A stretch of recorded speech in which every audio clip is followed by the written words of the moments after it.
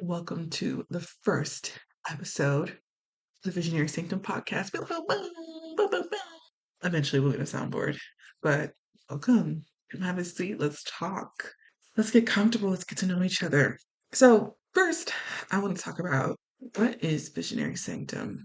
To me, Visionary Sanctum it's a sacred place, a personal, private, sacred place where you go to thrive. It exists within you, and it also reflects outside of you. Your home, how you dress, how you living, maybe your job, maybe what you like to do creatively, but it's a personal space for you, and it's something special that you build, that you maintain, that you take care of every single day. And that's what Visionary Sanctum is to me. Throughout the course of this podcast development, if you will, I'll be talking about how I've built my sanctum, hoping to inspire others, as well as others coming in to share their stories and inspire me. We can all connect together. Visionary Sanctum and about.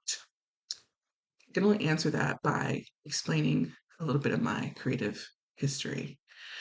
I feel like growing up, I've always had this very multi hyphenate way of being, doing a little bit of this, doing a little bit of that. But I was one of those multi hyphenate people that didn't commit.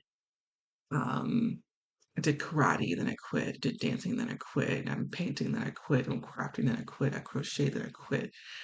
And once I became an adult, I was like, I really want to live my life the way I want to live it. And I love being creative, but at the very least, I owe it to myself to stick to something. So I started off with social media. I'm thinking content creation is the wave. I was on it pretty consistently, and then I stopped. I stopped because I wasn't feeling inspired. I realized what I do, where I spend majority of my day, definitely affects how creative I can be. That job I was at, spending 40 hours a week, I absolutely fucking hated it. I hated what you call microaggressions, but they just felt like aggressions, if we're being real. And it was killing my spirit. It was ruining my self-esteem. And it's hard to pull from a creative place when you just feel like there's an attack on your spirit, if you will. So eventually I tried it again, picked it up, dropped it. And I decided I wanted different for myself and I'm going to move to a new city.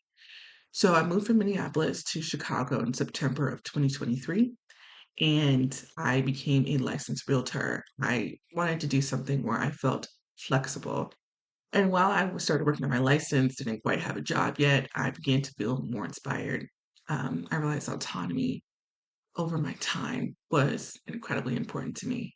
And that autonomy allowed for a bit of creativity to flow through. So I started doing a little bit of content again. And then I started crocheting again and recording that and did a lot of self discovery.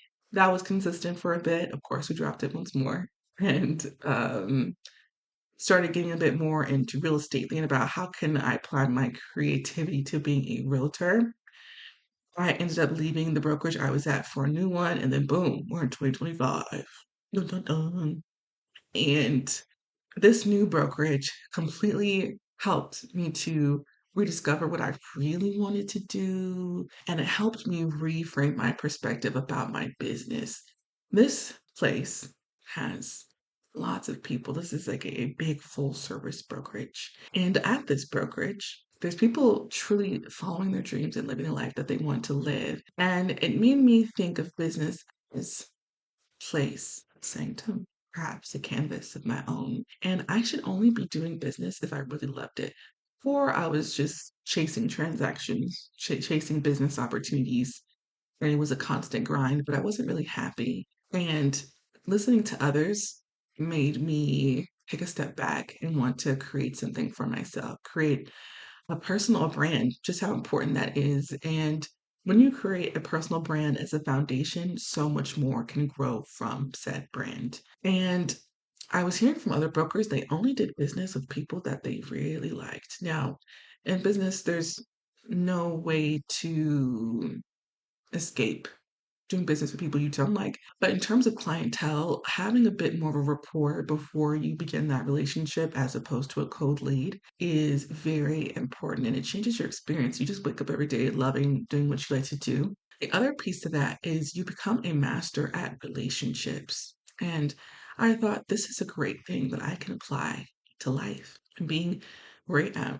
going outside, connecting with people, and building relationships. It's something I want to do for myself because it feeds my soul and not what the sole purpose of business. It's like abundance comes out of life when you're living life in the way that you want to. And I said, "Ooh, I think we need to go back to the drawing board." So I was thinking about personal brand and what I wanted to do and how I wanted to reshape some things. And I had created an Instagram page that was just for real estate.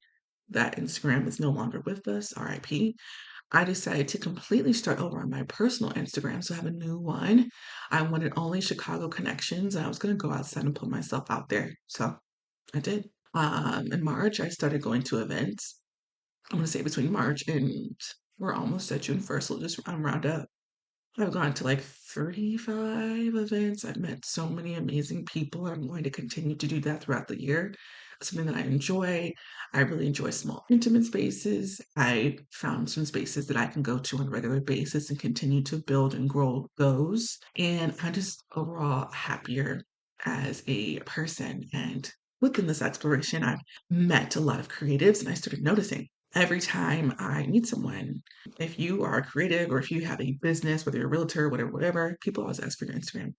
Your Instagram is like your business page. It is a creative display, but it's also a snapshot into who you are as a person. So I said, not only am I going to start over, we're going to get active on this thing. And I also found that when people asked me what I did, I would say I'm a realtor, but I'm in a room full of creatives. So question is, well, what do you do creatively? Are you an artist? Are you a writer? Do you paint? Are you a photographer? And I mean,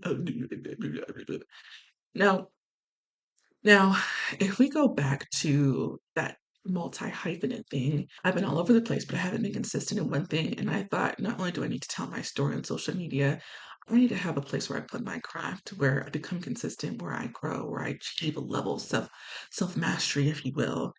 And I need to put it all out there and be consistent about it. So I told my story and I started strategizing behind the scenes. What can I do? What is this concept? So the first one I came up with was the authenticity. She never made it off the ground. And then the second one, after I started reading the book The Artist Way, I was like, no, I need something more audacious. And that's what I did. I went with more audacious and we came up with Visionary Sanctum. I wanted something that described a place where I could create, a place that was personal and private and sacred to me.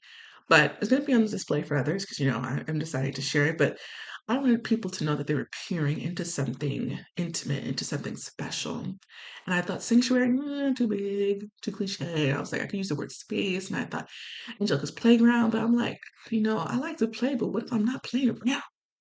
And then came the word sanctum. So sanctum, it alludes to first privacy and sacred.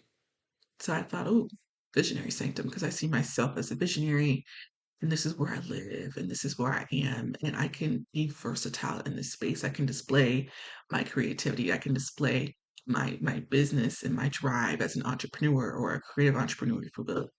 And as I continue to meet more people, I no longer have to go, like, what do I do? It's giving, well, I'm a realtor, I'm a creative entrepreneur, I'm a creative in general, and here's my Instagram. And they can follow the story, they can follow this Substack, they can listen to this podcast, and here it is. It's proof of what I do and a display of who I am. It's vulnerable, but it's something that I'm ready for. And here we are together.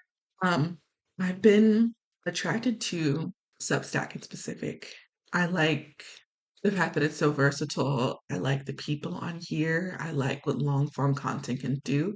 While I'm going to continue to be consistent on Instagram, it is a short form platform and it only rewards that short form, that kind of instant gratification, dopamine kind of thing. Very quick, quick, quick, quick, quick, quick, quick. And Angelica, as you can tell, she's a little long winded. Okay. She's a little long winded for Instagram. So, still a place for me to display what I do, but I want to really, really go into it here. I also like the writing aspect, which is the biggest aspect about Substack. And Somebody told me you should really get into writing. I'm like, girl, what? Like me, a writer? What? And nobody had to say I had to be an advanced writer. So here we are. You'll be seeing me write a bit. And I write every day. I journal a lot. It is something I do often. It's just not something that I have decided to share with the public. So we're going to get into that as well. And as this continues to grow, as I continue to be consistent with this body of work that I'm creating, my intention is to expand and grow community. And I'm very, very, very excited to expand and grow with you all. This sounds like something you'd be interested in the future as we talk about building our visionary sanctums together. Stay tuned and make sure you subscribe. We'll be back again next week. Bye.